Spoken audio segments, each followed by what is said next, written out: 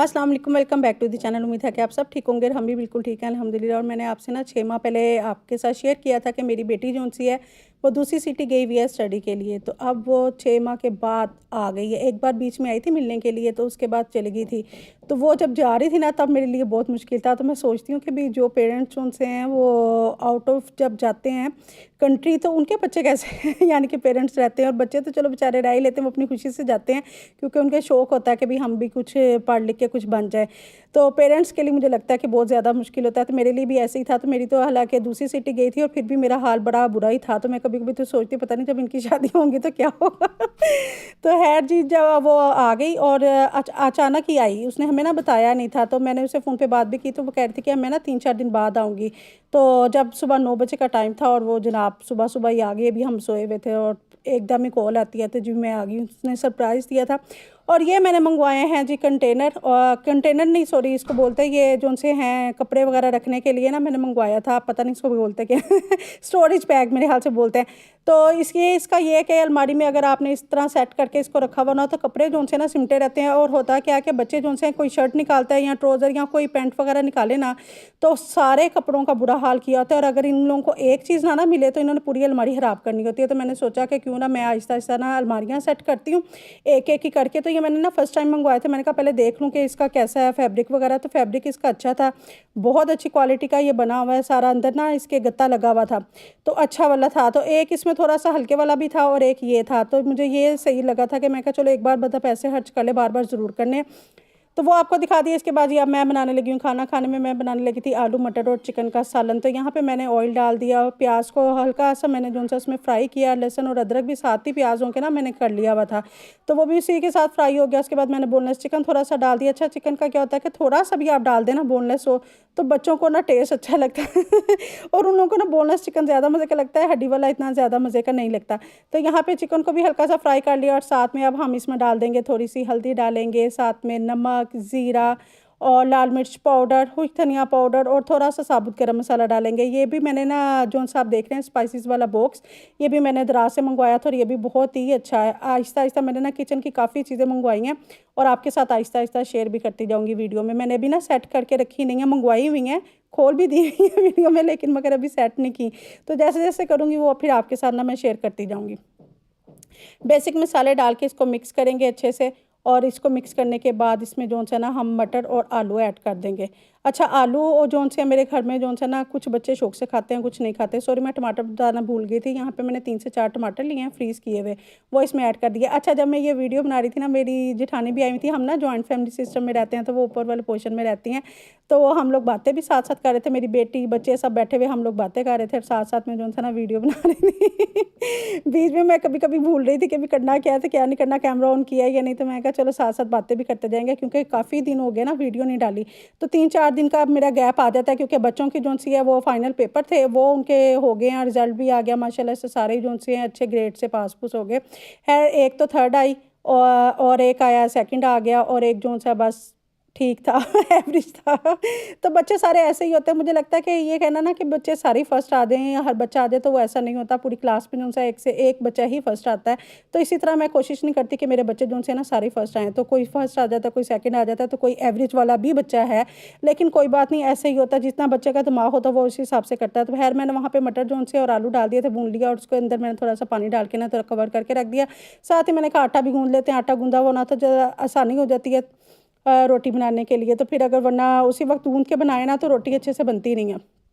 Last में ये देखे मैंने ऊपर से धनिया और मिर्चा डाल दी थी। और इतना ज़्यादा मैंने ग्रेवी वाला नहीं रखा क्योंकि मेरे बच्चे जो उनसे हैं ना वो ज़्यादा ग्रेवी नहीं खाते। तो मुझे कह रहे थे कि आप शोरबा ना रख देना मैं नहीं रखती, मसाला मसाला ही है बिल्कुल ही।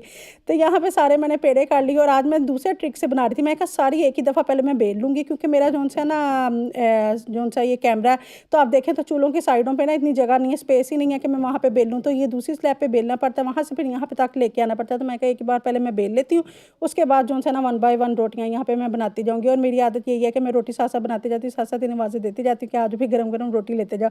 और ये मैंने एक रील में देखा था कि वो ना इंडियंस ही हैं जो उनसे इस तरह से स्टैंड रखते हैं ना, ये ओवन के अंदर स्टैंड होता है तो इसके ऊपर रोटी जो सी है ना वो सेकते हैं। ये मैंने फर्स्ट टाइम सेकी थी इसके ऊपर, इससे पहले कभी ट्राई नहीं किया। तो हल्की हल्की सी बस मेरे से जल गई थी क्योंकि शुरू है ना।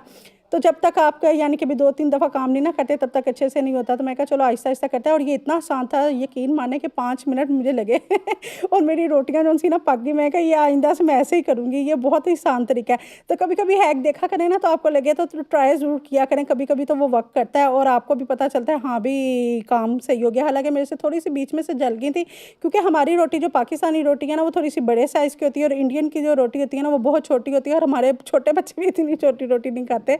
तो है इस वजह से जो है ना वो फिर स्टैंड के हिसाब से हो जाता है। तो यहाँ पे मैं बनाने लगी हूँ रस के साथ क्रम्स बनाने लगी हूँ। वैसे तो हम नॉर्मली क्या करते हैं, ब्रेड क्रम्ब बनाते हैं ना ब्रेड के साथ, तो यहाँ पे मैंने रस के साथ किया था, और मैंने कहा रस के साथ ना बड़ा मज़े का इसका टेस्ट आएगा। और ये बिल्कुल ईजी था। मैंने इसको कटिंग बोर्ड के ऊपर रखा, और ऊपर से जिसके साथ बेलना, जिसके साथ हम रोटियाँ बेलते हैं, वो इसके ऊपर बेलन रख के तो आहिस्ता आहिस्ता आहिस्ता कर लिया, और देखें आपके कितना अच्छे से वो उसका हो गया था पाउडर। तो वह ना चॉपर की ज़रूरत पड़ी ना कोई कुछ। तो यहाँ पे मैंने 2 चम्मच के करीब मैदा लिया, थोड़ा सा पानी लिया, और इसको अच्छे से मिक्स कर लिया। इसको हम जो है ना ग्लू के तौर पे बना रहे हैं, ज़्यादा लिक्विड ही नहीं बनाना, थोड़ी सी पेस्ट टाइप सी हम बनाएंगे। यहाँ पे आज मैं बनाने लगी हूँ ये, आप पॉप्स बोल लें या इसको ना स्नैक्स बोल लें, इवनिंग स्नैक्स है, यानी कि आगे रमज़ान आने वाला है। तो मैं कहा चलें ट्राई करते हैं, अगर अच्छा बनेगा तो हम फिर जो सा नेक्स्ट फिर किसी वीडियो में भी शेयर कर दूँगी, और रमज़ान के लिए भी अच्छा हो जाएगा। ये मैं ना सेव करना चाह रही थी, और बच्चों ने ना सेव करने नहीं दिया, उन्होंने ट्राई किया, उन्होंने कहा कि नहीं आज ही हम खाएँगे। तो यहाँ पर मैंने सर्कल में ब्रेड कट की, और ये शामी कबाब थे, शामी कबाब उसके ऊपर रखा, और एक स्टिक रख दी थी मैंने, और ऊपर से जो है ना ब्रेड का सर्कल कट किया हुआ वो इस पर रखेंगे, और किनारों को आहिस्ता आहिस्ता हाथों से ना इसको बस दबाते जाएंगे। किनारों पे आपने देखा होगा कि मैंने अभी वाइट कलर का जो ये मैदा घोला हुआ था ना, पेस्ट मैदे की, वो लगाई है, ताकि अच्छे से ना ये बैंडे यानी कि बंद हो जाएगी ना, किनारे अच्छे से बंद हो जाएंगे, सिक्योर हो जाएंगे, और शामी कबाब भी हमारा नहीं निकलेगा। आपने बस एक टेक्निक रखनी है कि ब्रेड का जब आप सर्कल कट करेंगी ना, वो बड़ा साइज़ का होना चाहिए, शामी कबाब उससे छोटे साइज़ का होना चाहिए, ताकि आप जब किनारे बंद करें तो आपको ईजी हो जाए, वरना आपको मुश्किल होगी। तो यहाँ पर हमने एग के अंदर एक दफ़ा डिप किया, और बाद में हम जो सा इसके ऊपर क्रम्स लगाएंगे, जो कि मैंने रस के साथ बनाए थे, और इतना अच्छा टेस्ट आया था। और अगर आप लोग यानी कि मिल्की वो एक रस होते हैं ना, मक्खन रस, जो सा बटर वाले रस होते हैं, अगर वो उसके साथ भी करेंगे तो बड़ा मज़े का लगेगा। तो यहाँ पे फिर मैंने दोबारा से सर्कल कर लिया। यहाँ पे साइडों पे मैंने जो सी अभी पेस्ट बनाई थी उसकी मैदे की, वो लगा दी चारों तरफ, अच्छे से सारे सर्कल के ऊपर लगा के एक स्टिक रख दिया ऊपर। आइसक्रीम वाली स्टिक है, ये कोई इतनी महंगी नहीं मिलती, 60-70 रुपये का पैकेट आता है, और अच्छा खासा आपका इस्तेमाल हो जाता है। और किनारों को इस तरह से आपने आहिस्ता आहिस्ता ना बंद कर लेना, ज़्यादा ज़ोर से नहीं दबाना तो बस आहिस्ता आहिस्ता करेंगे। ब्रेड है बिल्कुल फ्रेश है, तो फ्रेश ब्रेड जो सी है ना वो जल्दी हो जाती है, क्योंकि सॉफ्ट होती है ना काफ़ी, अगर पहले की पड़ी हुई हो तो फिर थोड़ी सी मुश्किल होती है। तो इसको अच्छे से हमने अंडा लगाया, फिर यहाँ पे हमने क्रम्स लगाए। आप चाहें तो ये रमज़ान के लिए इसी तरह ये आप जब क्रम्स लगे हुए ना, तो बस इस स्टेज के ऊपर आप इसको रख सकती हैं, ज़िप लॉक बैग में बंद करें और फ्रीज़ कर दें। फ्रीज़ करके जब भी आप इस्तेमाल करना चाहें आप कर सकती हैं। यहाँ पे मैं ना अक्सर मैं वीडियो में आप लोगों के साथ शेयर नहीं कर पाती कि मैं कभी भी फूड को ज़ाया नहीं करती, उसको कुछ ना कुछ उसका ना बना लेती हूँ। तो यहाँ पे ये देखेंगे जो उनसे अब किनारे बचे हुए ना, इनको मैंने फ़ोल्ड कर लिया। फ़ोल्ड करने के बाद इसके साथ मैंने मीठे स्लाइस बच्चों को बना दिए थे। आप चाहें तो मीठे स्लाइस बना लें, आप चाहें तो गार्लिक ब्रेड इसके साथ बना सकती हो, ऊपर गार्लिक और चिली फ्लेक्स लगा के। आप चाहें तो इसके ऊपर बटर लगा के सिंपल ही या घी लगाकर जैसे तवे के ऊपर स्लाइस हम रोस्ट करते हैं ना, वो करें, और साथ में चाय बनाएं, और बड़े अच्छे तरीके से बच्चों को भी अच्छे लगते हैं, क्योंकि टूथपिक वगैरह लगी हुई होती है ना, ज़रा शेप भी इसकी प्यारी आई हुई होती है, तो अच्छा लगता है। या आपके बच्चे अगर जैम खाते हैं या मक्खन खाते हैं, तो आप जैम और मक्खन भी इसके अंदर फिल कर सकती हैं। तो डिफरेंट डिफरेंट आइडियाज़ हैं।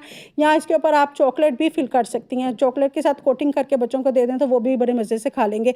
तो कभी भी फूड जो है वो ज़ाया नहीं होता।